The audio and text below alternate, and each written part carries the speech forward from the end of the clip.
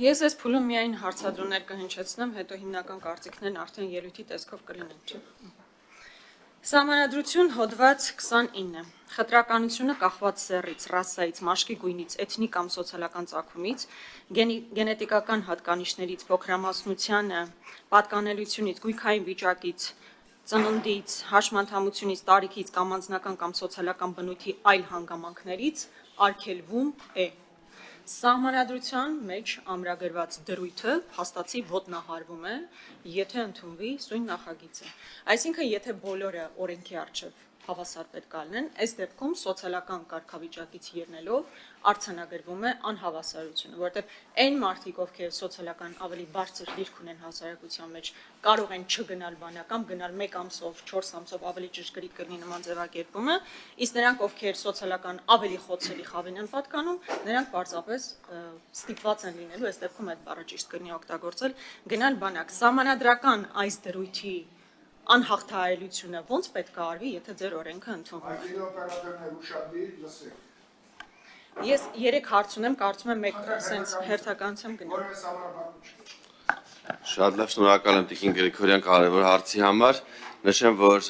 համանման կարծիքներ հնչեցրել են նաև տարբեր գործընկերներ, այդ թվում Մարդու իրավունքների պաշտպանը, պետք է արձանագրենք եւ այս հարցը միշտ փակենք, չկա որևէ խտրականություն այս օրենքի ընդունմամբ եւ չի դրվում խտրականություն կապված գույքային դրության մասով։ Այսինքն օրենքը չի սահմանում, որ նրանք, ովքեր ունեն շատ փող, նրանք կարող են օգտվել օրենքից։ Օրենքը սահմանում է, որ ովքեր վճարեն այս գումարը, կարող են ծառայել այսքան ժամկետով։ Սա չի նշանակում գույքային որևէ խտրականություն։ Խտրականությունը հետեւյալը կլիներ, որ օրինակ սեռական չէ, խտրականություն, չնայած սեռական խտրականությունը մենք այսօր էլ ունենք մեր օրենսդրության մեջ, քանի որ Սահմանադրության 14-րդ հոդվածը հստակ ասում է, Հայաստանի Հանրապետության ցանկացած քաղաքացի օրենքով սահմանված կարգով պետք է մասնակցի Հայաստանի Հանրապետության պաշտպանությանը։ 28-29-րդ հոդվածները ասում են, որ բոլորը հավասար են օրենքի առաջ եւ խտրականություն կապված սեռից, տարիքից, մաշկի գույնից կամ կրոնական հայացքներից նաև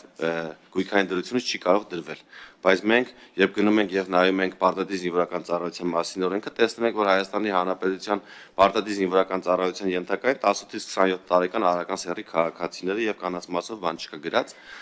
այստեղ նույնպես չկա խտրականություն, քանի որ կանայք այլ կերպ են մասնակցում Հայաստանի Հանրապետության պաշտպանության օրենքով սահմանված կարգով։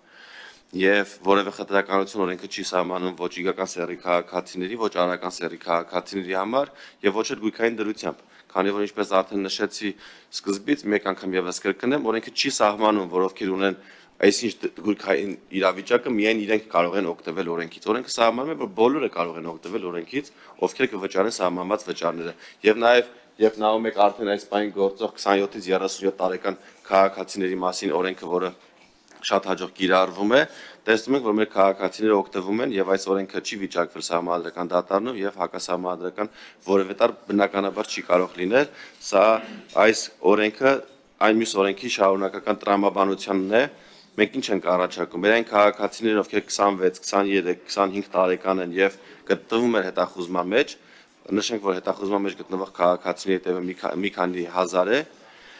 նրանք օգտվեն օրենքից եւ մեկ օր ավելի շուտ վերադառնան Հայաստանի Հանրապետություն իրենց ընտանիքներով եւ չսպասեն, որպեսզի լեռնանա նրանց 27 տարին, որպեսզի օգտվեն այս օրենքից, կամ չսպասեն, որ լեռնանա իրենց 37 տարին եւ վաղեմության հիմքով քրեական գործը կարճվի։ Նշեմ, որ 2500-ից ավել քրեական գործեր են կարճվել վաղեմություն ժամկետն անցած լինելու հիմքով, այսինքն մեր քաղաքացիները 2500-ից ավել վերջին տարիների չեն ծառայել, 37 տարի լեռնանալուց հետո ներկայացել են, չեն վճարել որևէ դրամ, չեն ծառայել ոչ մի օր եւ ազատվել են քրեական պատասխանատվությունից։ Մի փոքր տեղեկանք մեր ամնիստիա ընդունելուց հետո ինչքան մարդ օգտվեց։ 11000-ից օգտվել է 3000 մի քիչ ավելի, ոչ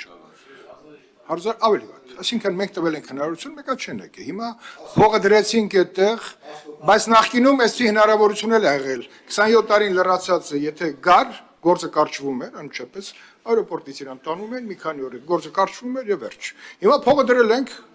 100-ա, 60-ա, եկել են տվել են։ Այդտեղ չի խնդիր։ Հիմա այս փողի թեման չդնենք օրինագծի որպես մեղ, հասկանանք այս օրինագիծը այս համարության հետ խնդիր ունի թե չէ։ Խնդրեմ։ Շատ օրիգինալ պատասխան է տալիս պարոն Սարգսյանը։ Ես ասում եմ կոնկրետ մարդիկ են կարողանալու օգտվել այս նախագծից, հաշվի առնելով ունեն այդ հնարավորությունները, թե չունեն։ Պարոն Սարգսյանն ասում է, բայց օրենքի նախագծում ամրագրված չի, թե ովքեր կարող են օգտվել։ Բոլորն էլ կարող են օգտվել։ Այսինքն այն մարդիկ, ովքեր ամսական 100,000 են ստանում, այդ մարդիկ կարողանալ են օգտվել, պարոն Սարգսյան։ Մենք հողի վրա իրականությանը նայենք, թե որ օրենքի նախագծում գրված չի, որ կոնկրետ այս մարդը կարող է օգտվել, այն մարդը չի կարող օգտվել։ Չեն կարողանալու բոլորն օգտվել։ Եթե նույնիսկ ասում եք, որ բոլորը կարող են օգտվել, բոլորը չեն կարող օգտվել, մենք էլ այլ մոլորակում չենք ապրում, հասկանում եք, չէ՞, իրողություններն ինչպիսին է։ Եվ օբյեկտիվորեն դառնալու է սա հակասահմանադրական, որտեղ մարդկանց մի խումբը կարողանալու է ելնելով իր կարողություններից, իր գույքային դրությունից, սոցիալական կարգավիճակից, մյուս մասը ակնհայտորեն չի կարողանալու։ Մի մասն էլ ընկնելու է վարկերի տակ, տարբեր գրավներ դնելու, միջև վերջին գումարը ծախսելու է, փորձելու է իր երեխային այո ապահովագրել այնպես, ինչպես ավելի այսպես բարձր գույքային դրություն ունեցող մարդիկ կանեին։ Հիմա այս հարցով ես չլսեցի պատասխան, որովհետև եթե ձեր պատասխանն այն է, որ բոլորը կարող են օգտվել, բոլորը չեն կարող օգտվել, սա փաստ է։ Երկրորդը։ Հիմա ասում եք, դե գիտեք, ամեն դեպքում մարդիկ փողը տալիս են, ազատվում են, հենա կգա բյուջե։ Բայց այդտեղ ես դες հարց ունեմ։ 7 տարվա իշխանության գտնվող ուժը ինչու այդ խողովակները չի կարողանում համապատասխան ձևով փակել։ Կամ այսինքն հիմա եթե սահմանում ենք 15 միլիոն եւ 24 միլիոն, մարդկանց մի խումբը, որոնք ունեն այդ գումարները, կտանեն այդպես կմուծեն, մի մասը, որ այդ գումարները չունի, բայց ավելի փոքր գումար կարող է գտնել, ամեն դեպքում կօգտվի այդ խողովակից, որտեղ այդ խողովակները դուք չեք փակել։ Այսինքն 15 միլիոնի փոխարեն պայմանական կգտնի 5 միլիոն կամ ցանկացած այլ թիվ, այդ խողովակներից նորից կօգտվի եւ այդ կեղծ կոռուպցիոն մեխանիզմներով կազատվի։ Այսինքն դուք այդ խողովակը չեք փակել ամեն դեպքում, թվեր եք ֆիքսել, այդ թվերով կօգտվեն, բայց կօգտվեն նաեւ այդ կոռուպցիոն մեխանիզմներով։ Այս հարցը ո՞նց եք կարգավորելու։ Եվ մի հատ։ Շնորհակալ եմ։ Տիկին Գերիքորյան, ես նախագիծը սկզբից ներկայացնելուց 4 կետերի մասին, որ խոսում եի, դրանք խողովակները փակելու վերաբերյալ են։ Արդեն նշեցի, որ 2024 թվականի տարեսկզբից վարչապետի հանձնարարականով կատարված աշխատանքների արդյունքում ունեցել ենք 4.2% ավել զորակոչ։ Ես միայն մի հիվանդություն նշեմ, 404 որոշման 14-րդ հոդվածի B մասով 2022 թվականին պարտադիր զինվորական ծառայությունից ազատվել է 1425 քաղաքացի, 2023 թվականին 1433 քաղաքացի, 2024 թվականին արդեն վարչապետի հանձնարարականներից հետո 158 քաղաքացի։ Միայն այս հիվանդության մասով ունեցել ենք կրճատված 1300 քիչ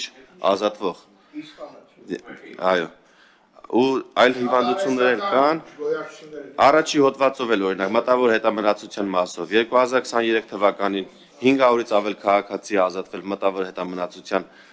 կետով առաջի հոդվածով 2024 թվականին թիվը կրկնակի նվազել է դառնալով 220 Այսինքն խողովակները փակելու աշխատանքները բարեհաջող կատարվում են, բայց ինչպես նշեցի Տիկին Գրիգորյան, այս խողովակները փակելով մենք ունեցել ենք զորակոչից խուսափողների թվի կրկնակի աճ, այսինքն երկիրը լքողնելի, ինչի դեմը կառավարությունը չի կարող առնել, մենք չենք կարող երկիրը փակել եւ չթողել, որպեսզի մեր քաղաքացիները դուրս գան Հայաստանի Հանրապետությունից, ինչպես դա անում է օրինակ այլ երկիր, չնշեմ որ երկիրը։ Մենք որպեսզի չունենանք զանգվածային արտագաղթ, այսինքն մենք ֆիքսել ենք մի տվյալ, որ մեր քաղաքացիների կեսից ավելին չի գնում պարտադիր զինվորական ծառայության եւ պետք է լուծենք այս խնդիրը եւ առաջի հերթին բանակ գնացողների համար, որպեսզի չլինի խտրական վերաբերմունք, որպեսզի դասարանից միայն ամենախեղճը չգնա կամ այն ում ծնողը չի ուզում որևէ օրինակ անօրինական ճանապարհի դիմել, միայն ինքը չզորակոչվի պարտադիր զինվորական ծառայության։ Մենք պետք է պարտադիր զինվորական ծառայության զորակոչվողների թիվը կարողանանք շատացնենք, որպեսզի այսօր մեր այն քաղաքացիները, ովքեր բարեխիղճ են եւ գնում են պարտադիր զինվորական ծառայության, հնարավորություն ունենան 6 ամիս շուտ տուն վերադառնալու եւ հնարավորություն ունենան մեծ գումար ստանալու տուն վերադառնալու ժամանակ։ Շատ լավ, վերջին հարցը Տիկին Գրիգորյան։ Ես ամեն դեպքում էլի պատասխանը ակնհայտորեն չեմ Ելույթով դուք բայց ունեք։ ելույթով դրանք անդրադառնամ իհարկե։ Եվ վերջին հարցը։ Փաստացի ինչ է առաջարկում։ Ասում են մարդիկ, ովքեր Սահմանադրությունը խախտելու, որտեղ բոլորը հավասար են սահմանադրության առջև, այսպես հավասար չեն դառնում, ամեն դեպքում մի մասից գումարը կվերցնենք, կգնանք այդ գումարով պայմանագրային զինծառայողների հետ պայմանագիր կնքենք, այսինքն տեղը այդպես կլրացվենք։ Պարոն Սարգսյան, կա ինչ-որ հաշվարկ, թե մարդկային ինչպիսի ռեսուրս մենք ունենք։ Արդյոք այսօր, երբ մենք ուզում ենք պայմանագրային զինծառայողներ ներգրավել մեր պաշտպանությունը ամրապնդելու համար, մենք այդ ռեսուրսը հիմա ունենք։ Եթե հիմա իմ կարծիքով, եթե հիմա բավարար չափով մարդկային ռեսուրսների խնդիր ունենք, արդյոք այն ժամանակ, երբ որ ազատվեն բանակից մարդիկ, դրան համարժեք մարդկային ռեսուրս կարողանալու ենք ներգրավել։ Փաստացի ստացվելու է մի իրավիճակ, որ հիմա էլ չենք կարողանում համապատասխան թվով պայմանագրային զինծառայողներ ներգրավել։ Ստացվելու է մարդկանց ազատում ենք, որ փոխարենը նոր մարդ ներգրավեք, այդ մարդիկ չկան։ Այդ հաշվարկը կա, ինչքան մարդկային ռեսուրսի մասին է խոսքը։ Եվ այստեղ կարևոր մի կոմպոնենտ, ես ուզում եմ այստեղ արձանագրել, որ փաստացի խոսք չի գնում նաև պայմանագրային զինծառայողների աշխատավարձի բարձրացման մասին, որը գոնե մի քիչ ավելի գրավիչ կդարձներ։ Եթե օրինակ համեմատում ենք պարեկային ծառայողների հետ, ակնհայտ է, որ պարեկներն ավելի շատ աշխատավարձ են ստանում, քան սահմանին կանգնած պայմանագրային զինծառայողները։ Շնորհակալ եմ։ Նախ նշեմ, որ պայմանագրային զինծառայողները ստանում են ատեստավորում չանցնելու դեպքում մոտակված մինչև 180,000 դրամ աշխատավարձ, երբ անցնում են ատեստավորում եւ ստանում են բավարար, ստանում են մոտ 300,000 դրամ աշխատավարձ, լավ գնահատականի դեպքում ստանում են մոտ 400,000 դրամ աշխատավարձ, գերազանց գնահատականի դեպքում մոտ 500,000 դրամ աշխատավարձ, ինչը շատ ավելին է, քան բարեկային ծառայողների աշխատավարձն է, ցանկանում որպեսզի տարընթերցումների տեղի չլինի։ Որն է խնդիրը, որ մենք մեր պայմանագրային զինծառայողների ներգրավելուց, այսպես է, նրանք ստանում են ոչ ատեստավորում անցած պայմանագրային զինծառայողի աշխատավարձ, մինչև ատեստավորում անցնելը։ Պայմանականորեն, եթե իրանք անցնեն ծառայության 6 ամիս, այդ 6 ամիսը պետք է ստանան մինչև 180,000 դրամ աշխատավարձ,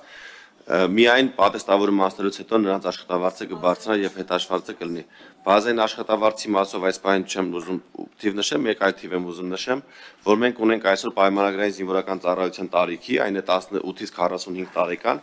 արական սեռի աշխատունակ 30,000-ից ավել քաղաքացիներ, ովքեր ստանում են ընտանեկան նպաստ։ Այսինքն 18-ից 45 տարեկան տղաներ կան, ովքեր աշխատունակ են եւ ստանում են նպաստ։ Մենք պետք է մեր այս սիրելի քաղաքացիներին հրավիրենք նաեւ պայմանագրային զինվորական ծառայության, ասելով դու մի ստացի ամսական 30,000 դրամ նպաստ, արի եւ անցի պայմանագրային զինվորական ծառայության ստանալով 10 անգամ ավել գումար։ Չմոռանաք հավանել տեսանյութը եւ բաժանորդագրվել Civic AM-ի YouTube-յան էջին։